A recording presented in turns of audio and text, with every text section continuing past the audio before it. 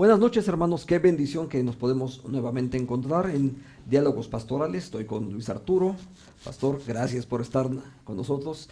Llevamos ya bastante rato en este proyecto. Gracias a Dios, sí, y gracias a Dios por pues invitarme primeramente y hacerme parte de esta experiencia muy grata, una aventura ministerial diferente a todo lo que se había hecho y pues gracias a nuestros hermanos también que nos soportan, están tolerando, como dice el apóstol Pablo, nuestras locuras. Así es. Sí, sí, porque casi siempre como que es sermón y estudio bíblico, ¿no? Sí, sí, sí, sí. En algún momento comentamos que esto también pues nos sirve un poquito para desahogarnos de las preocupaciones ministeriales y ocuparnos de otras cosas que también nos inquietan, pues nos preocupan de alguna forma, pero que no podemos atender porque quizá no es un problema tácito en nuestra iglesia, Ujú. pero que de alguna forma observamos en el campo nacional, cómo se va desarrollando la iglesia, especialmente con la pandemia, porque pues ese fue el contexto en el que nace este proyecto de diálogos pastorales. Así es. Y bueno, la verdad es que también como espacios de reflexión nos ayuda, ¿no? A poder reflexionar, preguntarnos, incluso no siempre tenemos respuestas, Claro. pero sí inquietudes y que vamos poco a poco gestando y el propio diálogo nos ayuda precisamente a consolidar algunas ideas, ¿no? Así es, así es. Y bueno, el tema de esta tarde, en esta ocasión, tiene que ver con un cierto eco de lo que platicábamos la semana pasada con relación a este debate de si se deben o no se deben abrir los cultos, o mejor dicho, si se deben o no se deben, perdón, transmitir los cultos debido a la Ujú. baja presencia de algunos hermanos, la baja asistencia que están generando, que están reportando muchas iglesias. Ujú. Y mencionábamos dentro de esa intervención el hecho de que es muy necesario reeducar a la iglesia, a la congregación. Y el tema de esta tarde tiene que ver con eso, cómo podemos ayudar a la iglesia y si nos permiten un poquito incluso invitar quizá a los pastores a que podamos generar un nuevo paradigma, si se puede llamar así, del pastorado, un nuevo paradigma de cómo atender a una iglesia en estos tiempos de pandemia, que parece que esto nos va no solamente a afectar en corto plazo, sino que Ujú. pues ya hemos meditado mucho que esto va para largo. Así es. Fíjate, hace unas semanas atrás, un par de meses, vi a alguien que, de esos anuncios que de pronto nos llegan Sí. de alguien que busca un pastor, ¿no? Una Ah, iglesia que busca sí, un sí, sí, pastor. sí. Y entre las cosas que ponían ahí mencionaban dos puntos que me llamaron la atención. Uno, el manejo de redes Ujú, ujú. y por supuesto de técnicas de información y de difusión. Y me llamó la atención que una iglesia lo pusiese, no porque creo que sea incorrecto, Ujú, sino porque son entre los distintos medios que hoy en día usamos para poder compartir el Evangelio. ujú, sí. Entonces, eso me lleva un poco a la pregunta de, por un lado, ¿qué tanto está respondiendo nuestro modelo tradicional de pastoreo, de ser iglesia, Ujú, en ujú, relación a una sociedad que está en constante cambio ahora, ¿no? ujú. Y de ahí la idea de quizás de generar otros modelos de pastoral. No estamos diciendo que a lo mejor tengamos las respuestas Claro, completas, claro, claro. pero sí ver esa necesidad. Claro, pues todo cambio siempre produce resistencia. Primero, el meditar de si necesitamos este cambio o no. Ujú. Y permítanme, hermanos, compartir un poquito por qué se piensa o por qué pensamos que sí hace falta un cambio. Y tenemos que meditar un poquito con respecto a lo que se llamaría la pastoral tradicional. Mm. La pastoral tradicional responde, digamos, a una iglesia que existe y subsiste en un medio rural. Ujú. Esto va a ser un poquito como contrastante, pero recuerdo haber escuchado una conferencia donde el expositor decía que la iglesia de hecho está diseñada para responder a un medio rural. Es decir, se piensa en la iglesia que se reúne el domingo y ningún otro día. Si acaso entre semana el estudio bíblico, pero no se le da el mismo énfasis de culto, por ejemplo. Ujú. O sea, incluso es muy común que en algunas iglesias el culto tiene una liturgia bien dedicada, bien hecha, los ancianos todos están presentes, el Ujú. consistorio, los diáconos no se diga, el boletín que dice orden litúrgico, etcétera. Y la iglesia asiste a ese culto como especial. Ujú. Es el primer día de la semana, el día en que celebramos al Señor, pero el resto de la semana no es así. Si Ujú. tenemos un estudio bíblico el lunes, el miércoles, el jueves, a veces ya no le llamamos orden de culto, le llamamos devocional Ujú. o le llamamos una especie como de mini orden, por así Ujú. decirlo, ¿no? Dos cantos, la oración y ya. Eh, por otro lado, y esto es importante, perdón, porque se piensa que todo el mundo puede asistir el domingo por la mañana. No pensamos en que haya hermanos que tengan dificultades. No pensamos muchas veces en que hay hermanos que trabajan, hay hermanos que Así a lo es. mejor tienen ocupaciones, especialmente de trabajo, Ujú. y por eso no se diseña otro culto aparte de el domingo. Y de allí viene la pastoral. El pastor tiene que estar presente el domingo sí o sí, tiene que predicar ese día. El miércoles, y con respeto lo digo, ¿verdad? Con que predique cualquier hermano es más que suficiente, no es tan importante. De allí que también el pastor se dedique a la visita, porque en el medio rural pues estamos muy cerca, la gente de los medios rurales les gusta más las convivencias, ser más cercanos, crear una comunidad bien establecida. Ujú. Entonces, pues las ciudades van emergiendo, la sociedad va cambiando y entonces empiezan a cambiar paradigmas en cuanto a la organización de las ciudades que ya no responden a los medios rurales y las iglesias nos quedamos todavía en ese medio. Y solamente voy a señalar un punto, el culto dominical, que es de bendición y no lo niego, pero hay muchos hermanos que no asisten al culto dominical porque precisamente están trabajando. Y recuerdo este expositor que mencionaba la experiencia de una iglesia en Cancún, y lo especificó muy bien. Hay una iglesia en Cancún que tienen un culto a las 12 de la noche del viernes. Ujú. Y uno se quedaría, ¿por qué a esa hora? Bien, porque el viernes mucha gente trabaja en hoteles. Cancún es un sitio turístico, Sí. gente que trabaja en hotel, en bares, en restaurantes, pues, en sitios de entretenimiento para la gente que va a vacacionar y que muchas veces salen ya muy tarde, ya muy noche. Ujú. Y el domingo trabajan en la mañana y entonces la iglesia ideó un culto especialmente para esas personas Sí. y ese culto se llena a las 12 de la noche. Y alguno dirá, ay, eso es muy exagerado. Voy con otro dato. Hay una iglesia a la que le mandamos saludos si es que de alguna forma nos ve, ubicada en Xonacatlán, Estado de México, Sí.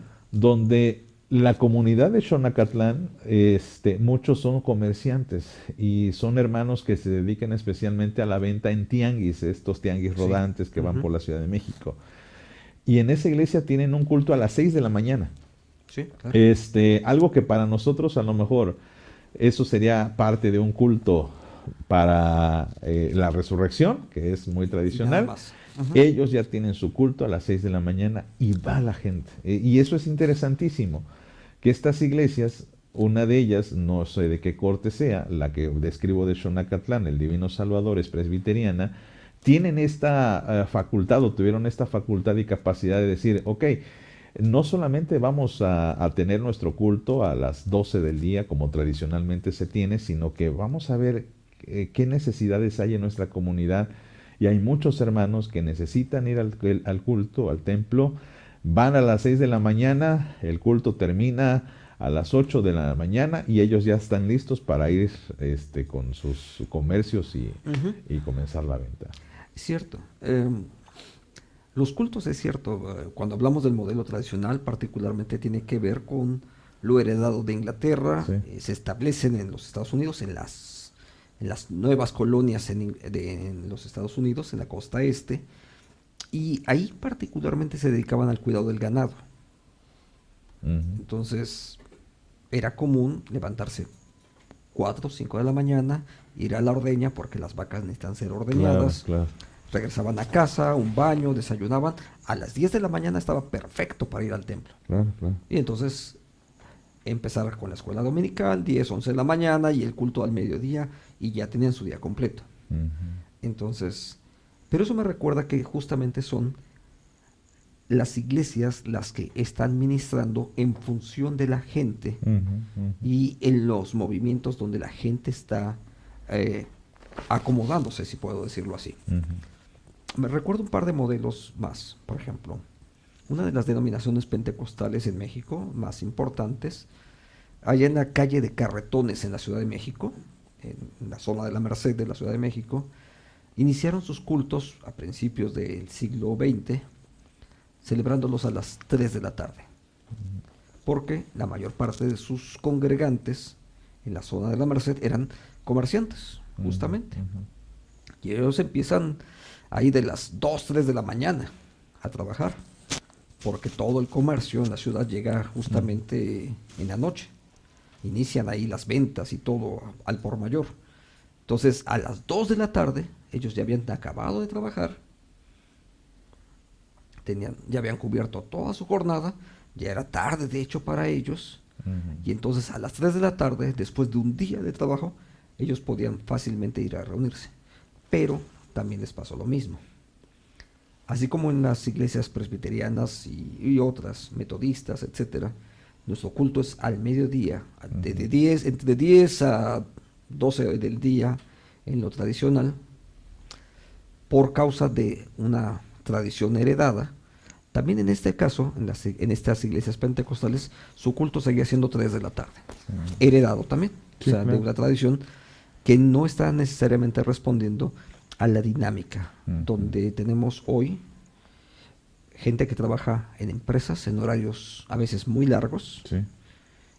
muchos que trabajan en sectores de servicios, no solo en hotelerías, sino incluso en tiendas departamentales, por Mm, ejemplo, ujú, que es otro rango. Y ahí es donde empezamos a tener que generar otros estilos, ¿no? sí. Mm, Me acuerdo de algunas iglesias en Estados Unidos que empezaron a desarrollar no el culto dominical, sino lo que ellos llamaban los cultos de fin de semana. Mm, Y su primer culto era los sábados en la noche, pensando precisamente en personas que habían terminado de trabajar, ujú, pero que quizás incluso el domingo iban a tener ocupaciones. ujú. Y era el mismo culto Sí. que después el domingo otras iglesias lo iban a tener, ¿no? Ujú, Entonces empiezan a generar varios cultos en diferentes espacios sí. y tratan de generar cierta unidad de la iglesia, Ujú, aunque el culto es el mismo. Digo, en el sentido, es el mismo esquema de predicación, es más o menos la misma liturgia. Esa es una de las formas de cómo veo que atienden a su población, ¿no? ujú, ujú. Poniendo cultos en horarios accesibles para ellos, ¿no? Sí, por eso mencionábamos esto como ejemplo de responde a una necesidad de la gente y la pastoral atiende esa necesidad, pero llega un momento en el que como pastores hemos heredado esos modelos y a veces no los repensamos. Y la iglesia también se Y, acostumbró, y la ¿no? iglesia. Ahora, yéndonos hacia el otra área que es bastante aclamada por la iglesia, deseada y solicitada, el rubro de las visitas. Ajá, sí. Y quiero aclarar algo para que no se entienda de forma diferente. Amo hacer visitas, me gusta hacer visitas, planeo hacer visitas, pero creo que estamos en un tiempo en el que cada vez más la iglesia o las iglesias ya no necesitan tanto de una visita pastoral a como tradicionalmente lo hacíamos. Es decir, Ujú. El pastor, ¿qué es lo que hace en una visita pastoral? ¿Qué es lo que se hace? Bien, el pastor llega a la casa, la familia muchas veces se reúne, el pastor pues pregunta cómo está la familia, cómo está quizá las situaciones alrededor del trabajo, Ujú. etcétera. Posiblemente pues traiga el pastor una especie de aviso desde la iglesia, no sé, hermanos, no se olviden de los programas de la iglesia. Se hace a lo mejor una lectura de la palabra, a lo mejor allí se platica de otras cosas que derivan de la palabra, se ora y muchas veces se van, o la iglesia a veces dice, bueno, ya pastor que está usted aquí, le invitamos un café, una merienda, algo. No es, no es indispensable, pero hay hermanos que les gusta Es recibir frecuente, sí. y es muy frecuente. Eh, Conforme avanza la sociedad posmoderna, desafortunadamente, eso tengo que decir, desafortunadamente la gente tiende a proteger un poco más la intimidad, Ujú.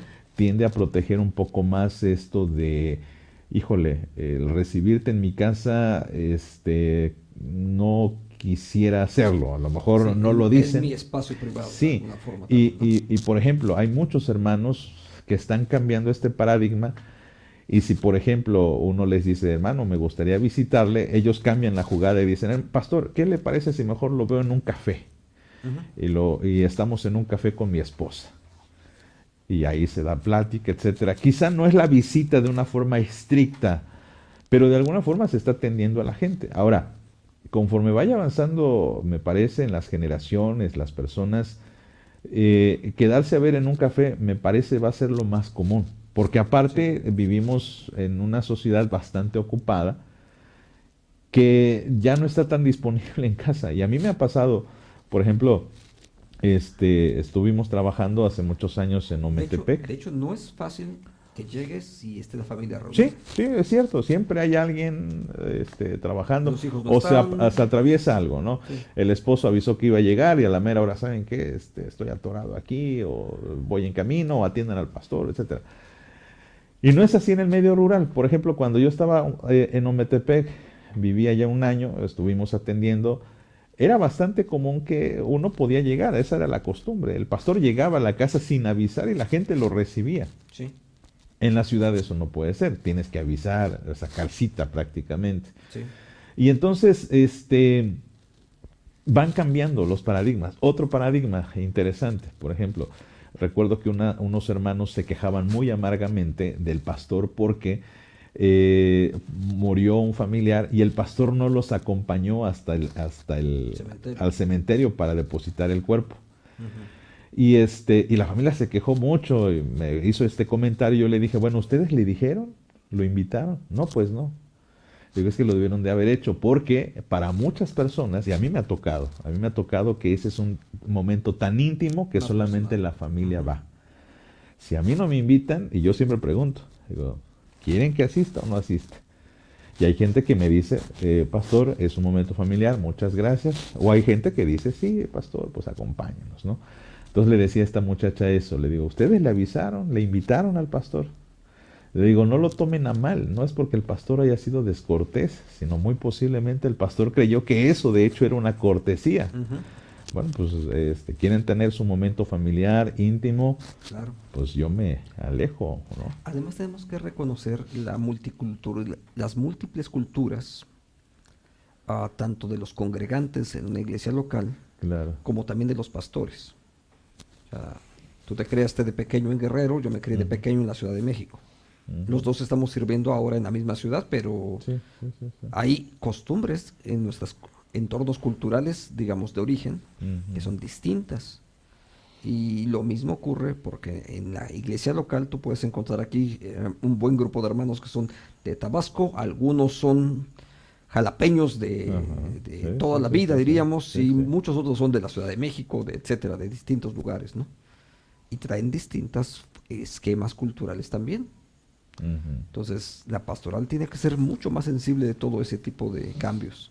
Sí, y fíjate que en ese rubro, por ejemplo, es muy interesante que la consejería ¿Mm? no se acostumbra mucho en los medios rurales.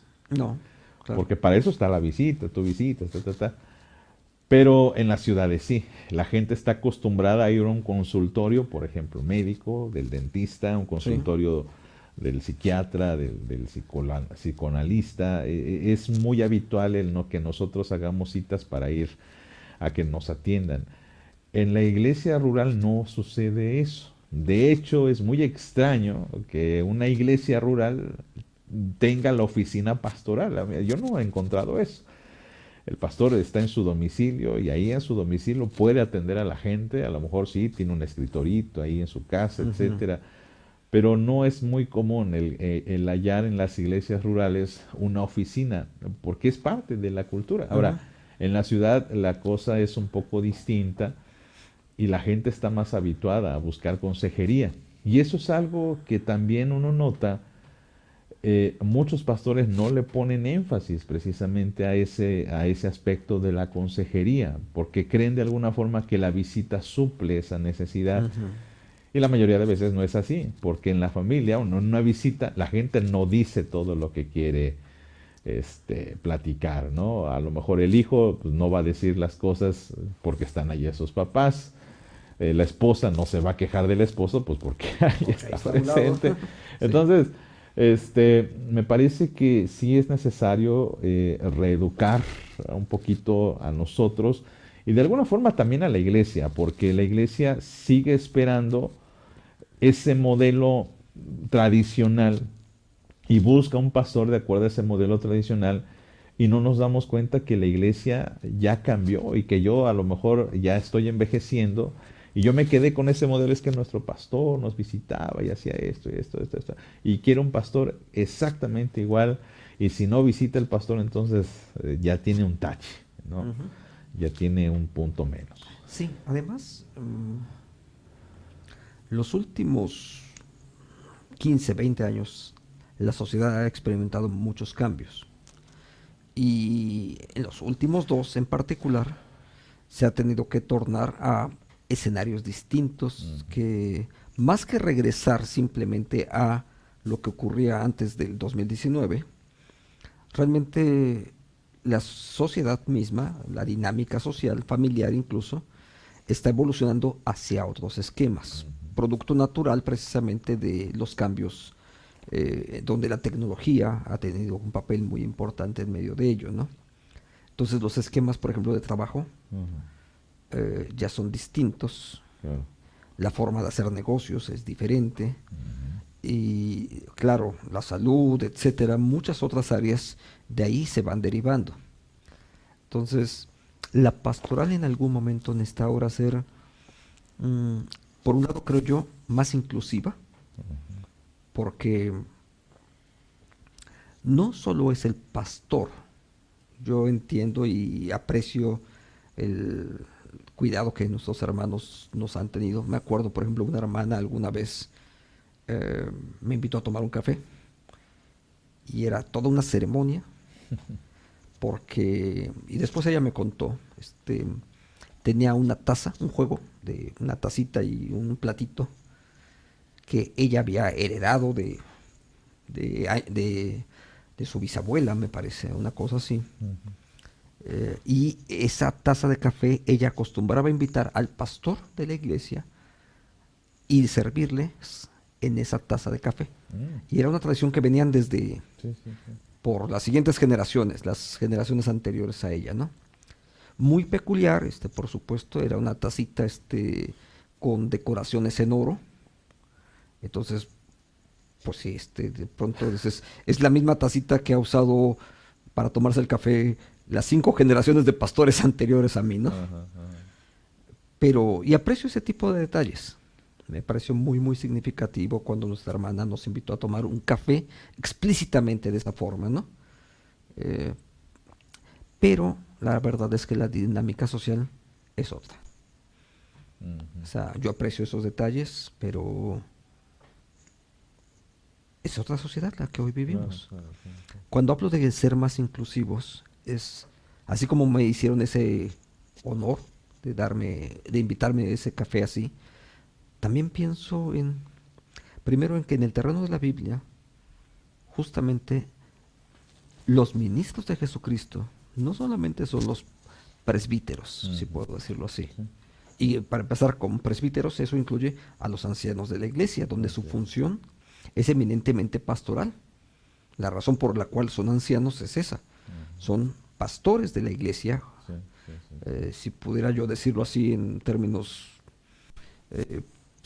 sin que alguien se nos vaya a sentir mal, pero son copastores de la iglesia. Claro, Son los pastores que están ahí de tiempo fijo, si puedo decirlo.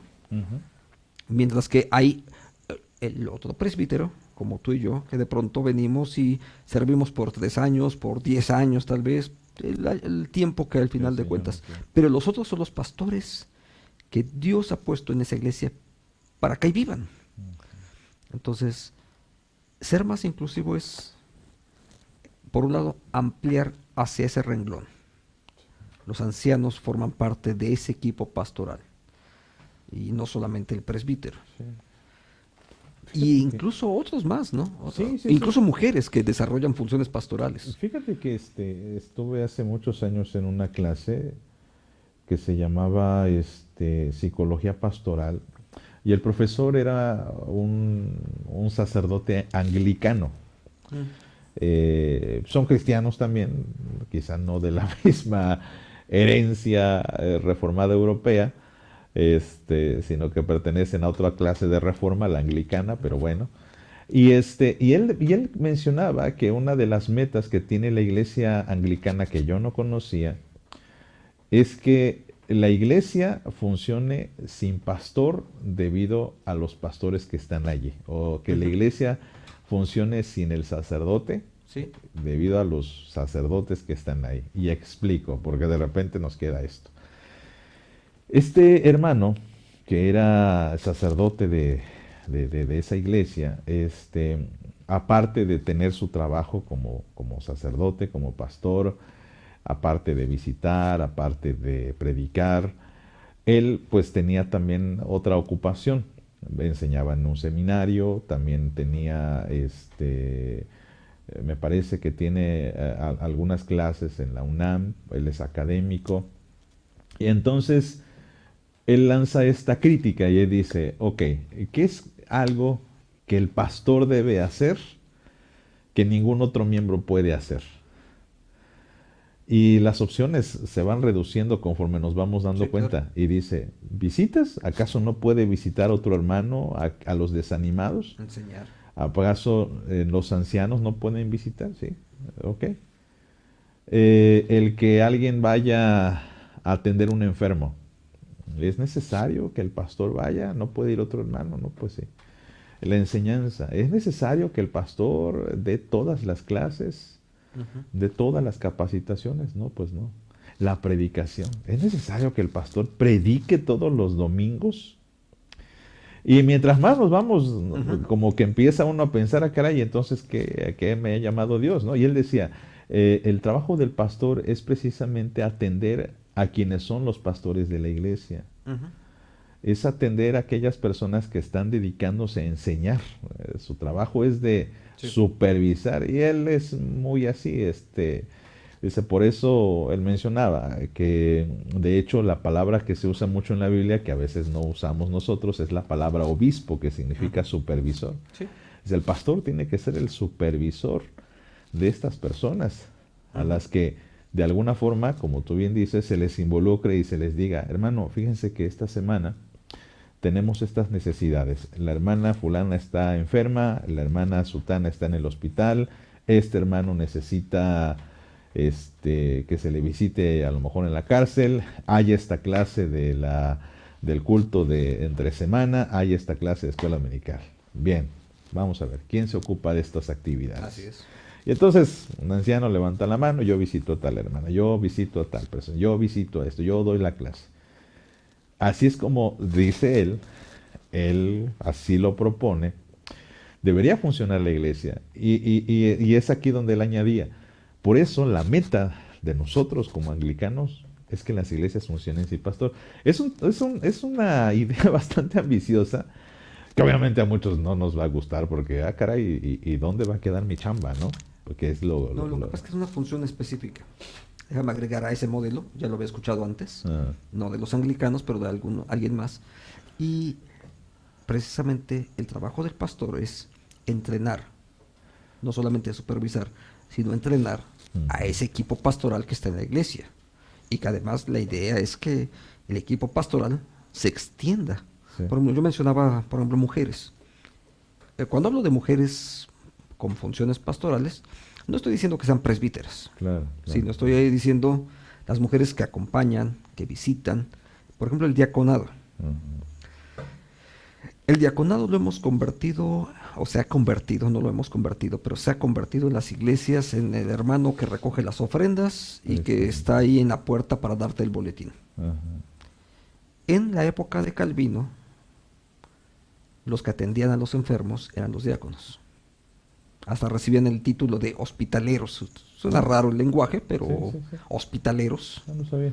porque ellos eran los que lo hacían.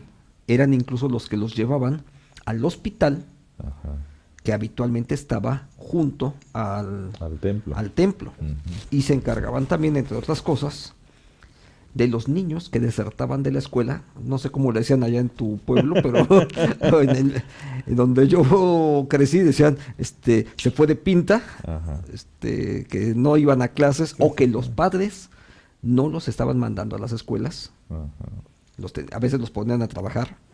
Entonces, si ellos pescaban niños que estaban fuera de clases en el horario que deberían de estar, cuando deberían de estar en clases, entonces ellos no regañaban a los niños, sino los padres, mm, porque estaban bajo la tutela de sus padres. Entonces ellos se encargaban de llamar la atención a los padres, los diáconos, mm, porque los niños deberían de estar en clases en ese momento, ¿no? ajá, Entonces la función del diaconado es muchísimo más amplia, sí, ¿no?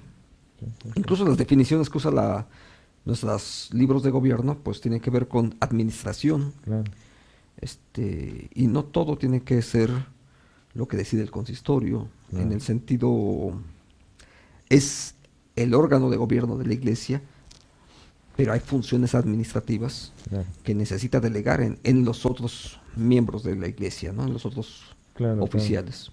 Yo creo que parte del modelo que tenemos funcionó excelentemente debido a ese pensamiento del caudillismo Sí, o del heroísmo, es decir, una sola persona asume sobre sí misma todas las responsabilidades. De ahí que tenemos esta imagen del sí. pastor todólogo. Y caudillos, propiamente. Ajá, el pastor todólogo que es el que visita, el que predica, el que enseña, el que si hay necesidad hasta barre el templo, es el guardatemplo, es el que administra muchas Ujú. veces, quizá no él, pero me ha tocado ver que la esposa es la que administra las ofrendas. O le da Gente, instrucciones sí, al tesorero de en qué debe de ¿en qué usarse se el debe recurso, usar ese ¿no? dinero? No, no niego de su honorabilidad. Conozco a muchos pastores así que son muy honorables, que han dado Sí, la vida por la iglesia, pero que desafortunadamente surge un vacío cuando ese pastor ya no sí. está, porque no se aprendió, y lo digo porque también de alguna forma yo tengo esa tendencia. Así de alguna manera me educaron, no que me dijeron así se tiene que hacer, sino viendo modelos no puedes evitar heredarlos. Mi pastor Ujú. era una persona muy entregada a la iglesia y él visitaba, evangelizaba, predicaba, enseñaba, aconsejaba. Él abría el templo, se ponía a barrer el patio y eran momentos en el que tú llegabas, por ejemplo, no sé, a cierta hora de la tarde y si el pastor no estaba en su oficina haciendo un estudio, estaba en el patio barriendo.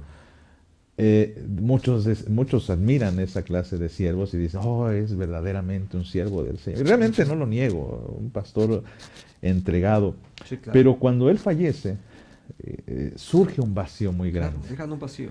Y llega otro pastor y Y, con, esperan, y casi con nadie entrenado para desarrollar la es obra de la cierto, iglesia. digo, tenemos que ser también francos, ¿no? Se tiene ese error. Ujú. Y llega otro pastor que no cubre esas expectativas, que es un pastor más callado, que es un pastor que pues ve basura en el patio y nomás se le queda viendo, no barre, es un pastor que visita muy poco, es un pastor que no tiene el don de la consejería, Entonces no es pastor. entonces no es pastor. Es que es la Entonces, conclusión a la que van a sí, llegar, ¿no? sí, Es sí, que no es sí. pastor. Entonces, tenemos que hacer esos cambios de paradigmas, de que yo creo que tenemos que voltear a ver al pastor no como el todólogo, no como el que todo lo tiene que hacer y todo lo tiene que autorizar, porque también eso es peligroso. En muchas ocasiones yo les he dicho al consistorio, hermanos, mientras ustedes no me involucren en cuestiones Ujú. del dinero, para mí mejor. Sí. Yo no quiero enterarme ni cuánto entra, ni cuánto sale, ni en qué se gasta, ni cuánto costó esto. Si menos me lo dicen, mucho mejor. Y agradezco mucho a Dios porque cuando se toma una decisión económica, los ancianos y los diáconos a mí no me involucran. Este, y, y yo sé que están teniendo una buena administración, no hay nada que yo tenga que acotar, decir, hermanos, no estamos invirtiendo aquí o no se está gastando aquí o no está entrando suficiente dinero, hay que motivar a los hermanos a que gracias a Dios, ahorita me encuentro en una situación bastante de bendición, digamos, en ese rubro, pero hay muchos otros que sí se involucran en los mínimos detalles Sí. porque no hay quien lo haga, ¿no? Fíjate, está bien, hemos hablado de esos. Un nuevo paradigma debe ser, por ejemplo, más inclusivo. Sí. A mí se me ocurre otra cosa más. Más modelos o sea, multimodal. Porque así como hablamos de posiblemente ampliar diferentes horarios o adecuar los horarios en función de las necesidades de la iglesia local, Sí. también las modalidades en las que hacemos las cosas tienen que cambiar. Ujú. Am, Hoy en día es muy frecuente que algunos de los productos o cosas, servicios que contratamos, no solamente están en una sola versión, sino si tú quieres, hay una versión de este producto, de este otro producto y de este otro producto.